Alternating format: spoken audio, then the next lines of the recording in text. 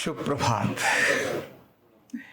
आज मैं ऐसे श्रेष्ठ जनों को, जो प्रबुद्ध वर्ग है, ऐसे श्रेष्ठ जन जो देश का नेतृत्व करते हैं, ऐसे श्रेष्ठ जन जो समाज के अंदर अपनी कोई बड़ी भूमिका रखते हैं, ऐसे जो अपने को समझदार मानते हैं, ऐसे जो अपने किन्हीं अन्य लोगों पर प्रभाव रखते हैं, या ऐसे लोग जो देश और समाज के लिए दिल में कुछ कसक रखते हैं, उनके लिए मैं एक आह्वान करता हूं। और आह्वान ये करता हूं कि जिस प्रकार सरकार ने एक विशेष सूचना के तहत कहा कि देश में तेल की बचत करनी चाहिए, क्योंकि भारत की अपनी मुद्रा भंडार जो लगातार कम हो रहा है, हमें तेल परचेज करने के लिए विदेश को अधिक पैसा देना पड़ता है।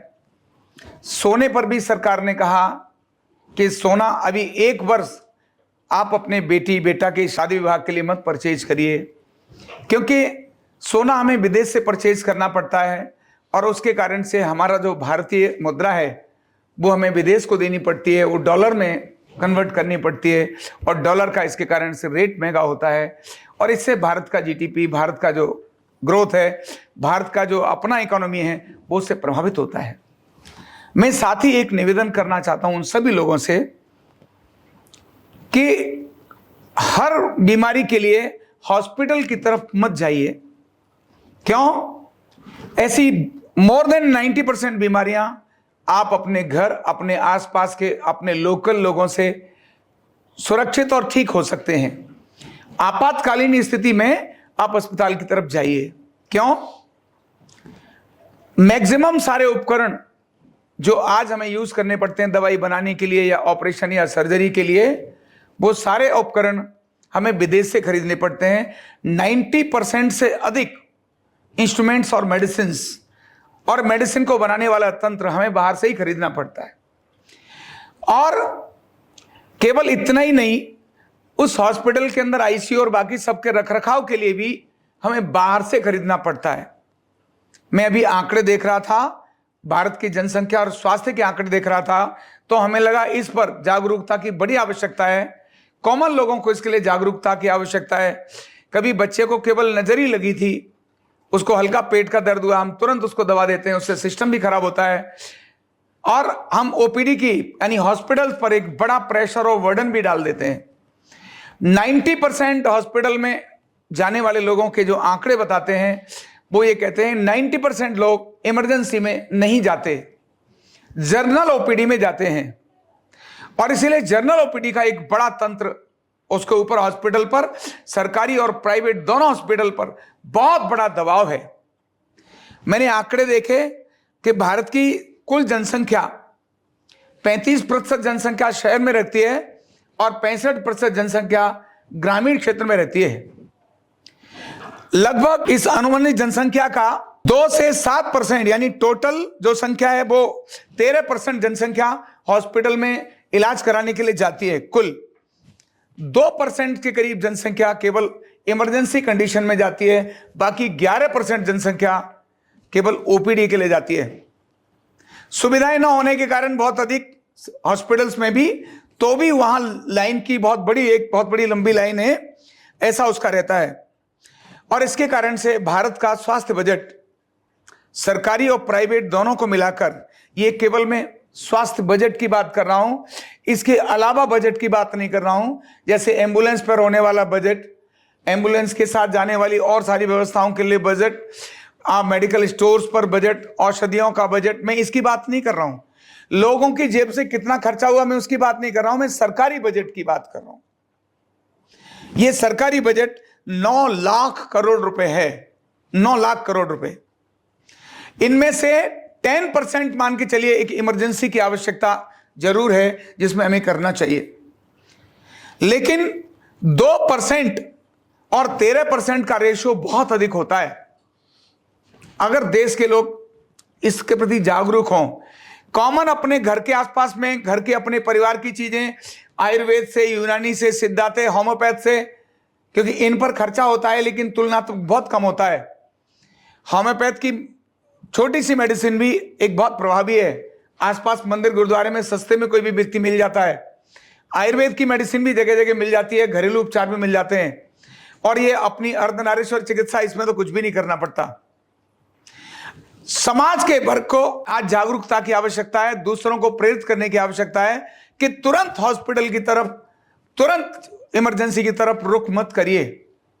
आपको लगता है इमरजेंसी है, जरूर जाइए, लेकिन हर छोटी चीज के लिए हॉस्पिटल में मत जाइए। कनाडा में, अमेरिका में ऐसा नहीं होता। हॉस्पिटल हर बंदा नहीं जाता, 3 महीने की लंबी लाइन लगती है वहां हॉस्पिटल में डॉक्टर को मिलने के लिए, दिखाने के लिए, तब तक वो जो भी पेन किलर खाता रहता है। भारत में तो ऐसे अनेक चीजें हैं जिनके माध्यम से हम भारत का ये 9 लाख करोड़ बजट में से स्वास्थ्य बजट को घटाकर 3 से 4 लाख करोड़ रुपए तक लेकर आ सकते हैं, केवल अवेयरनेस, केवल जागरूकता के माध्यम से।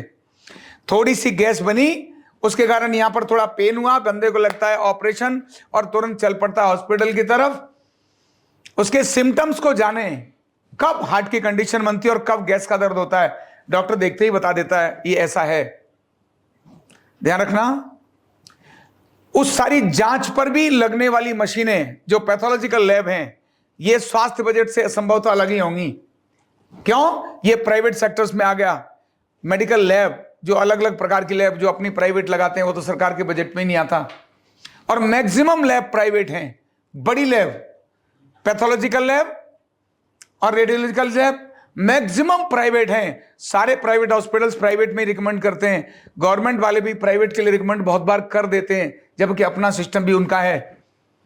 मैंने कहा केवल हॉस्पिटल नहीं, उनके नीचे सराउंडिंग में इससे ज्यादा अगर देखेंगे 9 दूनी 18,000 करोड़ के आसपास बजट जा सकता है। सारा कैलकुलेशन करेंगे तो बहुत बड़ी एक रकम है ये स्वास्थ्य के क्षेत्र में। इसके कारण से हमें भारत की अपनी चिकित्साओं को उन्नत करने का एक मौका मिलेगा। इसके कारण जब बड़े लोग प्रेरित करेंगे दूसरों को, बहुत सारे लोग करते हैं, मैं जानता हूं, मेरे अपने आरोग्य पीठ में भी कितने लोग recommended by ministers, IAS, IPS, secretary वगैरह, ऐसे अनेक लोगों से रिकमेंड किए हुए यहां आते हैं, और अभी वो जा रहे थे सर्जरी के लिए, इधर आ गए, सर्जरी की जरूरत नहीं। जिसके अंदर जीवन संकट में हो, ऐसे में इमरजेंसी जरूर करानी चाहिए। मृत्यु और जीवन संकट में नहीं है तो ऐसे में इमरजेंसी की अपेक्षा इन जनरल जो हमारे लोकल एरिया की चीजें हैं, जो हमारी ट्रेडिशनल चीजें हैं, जो हमारी पारंपरिक चिकित्सा पद्धति हैं, उनकी तरफ जाना चाहिए। नंबर 1 तो अधिकतम प्रबुद्ध लोगों से मेरा ये निवेदन कि वो दूसरों को रिकमेंड करें और खुद भी इनका प्रयोग करें। कॉस्ट भी बहुत कम है, साइड इफेक्ट भी बहुत कम है, और परिणाम मोर देन 80% है। और इसी तरह से इन सब के अंदर अपनी अर्धनारीश्वर चिकित्सा है। अर्धनारीश्वर चिकित्सा, इसमें तो कोई औषधि भी नहीं, कोई मशीन भी नहीं, कोई इसका साइड इफेक्ट भी नहीं, और इसलिए अर्धनारीश्वर चिकित्सा इन सारे संस्थानों के अंदर अर्धनारीश्वर चिकित्सा के प्रैक्टिशनर्स को भी उस जगह पर स्थान देने की आवश्यकता है। जो सर्टिफाइड लोग हैं, ऐसे अर्धनारीश्वर चिकित्सक, वेलनेस न्यूरोथेरेपिस्ट, उन्हें इन जगहों पर देने से ये पेन मैनेजमेंट में अच्छा काम कर सकते हैं, ये डाइजेशन के लिए बहुत अच्छा काम करते हैं। यानी गैस, एसिडिटी, अकेली गैस नीचे चली जाएगी, घुटनों का दर्द करेगी, ऊपर जाएगी, सिर दर्द करेगी, बीच में उलझ गई तो आईबीएस बना देगी, और अगर ऊपर यहां हार्ट के पास आ गई तो लगेगा हार्ट अटैक होने वाला है। लेकिन थी केवल गैस, और गैस भी थी नाभि गड़बड़ होने से। तो ये पारंपरिक चिकित्सक, अर्धनारीश्वर चिकित्सक बहुत कम कॉस्ट में और बिना खर्चा किए हुए 70% से अधिक लोग जो ओपीडी के अंदर रश बनाए हुए हैं, इनको वहीं से वहीं बाहर ही स्वस्थ और स्माइल करते हुए, उनका खर्चा भी जीरो करते हुए वापस भेज देंगे। ऐसे ही अपनी आधुनिक और अत्यंत प्राचीन और प्रभावी चिकित्सा पद्धति है अर्धनारीश्वर चिकित्सा। इसलिए ऐसे प्रबुद्ध लोगों से मैं यह भी निवेदन करूंगा, ऐसी दवा रहित चिकित्सा पद्धतियों को भी अपनाने के साथ लोगों को प्रोत्साहित करिए। लोकल का वोकल बनिए। अपने माननीय प्रधानमंत्री बार बार इस बात को कहते हैं। क्यों? आपदा अपॉर्चुनिटी का कारण बनती है। इस समय देश में आपदा है, इसीलिए तो हमने तेल की आयात की बात करी कि नहीं लेंगे अभी, तभी तो हमने कहा सोना नहीं आना चाहिए, तभी तो हमने कहा विदेश की यात्रा नहीं करनी चाहिए। ऐसे में भारत की स्वास्थ्य के क्षेत्र के अंदर हमें अपनी पारंपरिक चिकित्साओं को उन्नत करके आगे लेके जाने की आवश्यकता है। इसीलिए ऐसे सभी उन चिकित्सक महानुभावों से भी मैं निवेदन करूंगा कि वो भी, अगर रोगी आपके पास आता है तो आप उसके बारे में देखिए, जानिए और सोचिए कि क्या इसका बिना औषधि बिना सर्जरी के काम हो सकता है। अगर हो सकता है तो उसको पहले उधर रिकमेंड कर दो, बात न बने तो उसकी सर्जरी और बाकी प्रक्रिया करिए। सारी चिकित्साएं बहुत महत्वपूर्ण हैं, पर एकदम औषधि पर जाना या सर्जरी से बिल्कुल रोकना नहीं, हम तो वक्त था सर्जरी का और हमने कराई नहीं तो मर गए, तो उस स्थिति में भी नहीं जाना। इसलिए एक सामूहिक सोच के साथ भारत के स्वास्थ्य बजट को मोर देन 70% हम कम कर सकते हैं।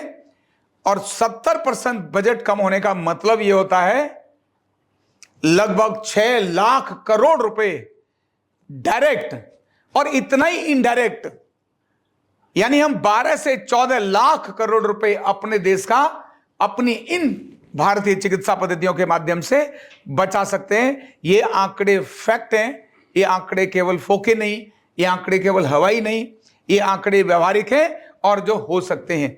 इसलिए सभी प्रबुद्ध लोगों से मेरा निवेदन, और जो जिसको ये सुनता है और जानता है, या जो व्यक्ति इस बात को मेरी को सुन रहा है, वो भी दूसरों को ये संदेश दे कि भारतीय अपनी चिकित्साओं को, भारत की चिकित्साओं को पहले प्राथमिकता दें, क्योंकि इनमें कुछ भी हमें विदेश से खरीदना नहीं पड़ता।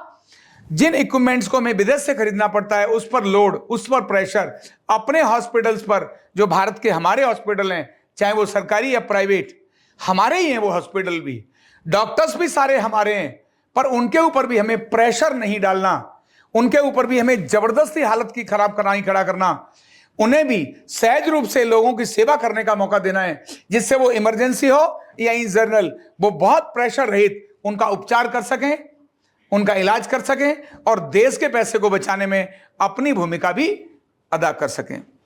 बहुत बहुत धन्यवाद।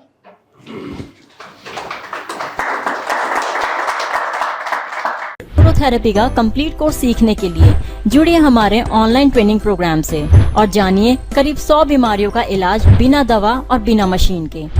इस न्यूरोथेरेपी ऑनलाइन ट्रेनिंग प्रोग्राम से आप घर बैठे बन सकते हैं गवर्नमेंट सर्टिफाइड न्यूरोथेरेपिस्ट। रजिस्ट्रेशन के लिए नीचे दिए गए नंबर पर अभी कॉल करें और हाँ, हमारे वीडियो को लाइक करना, शेयर करना और चैनल को सब्सक्राइब करना बिल्कुल भी ना भूलें। धन्यवाद।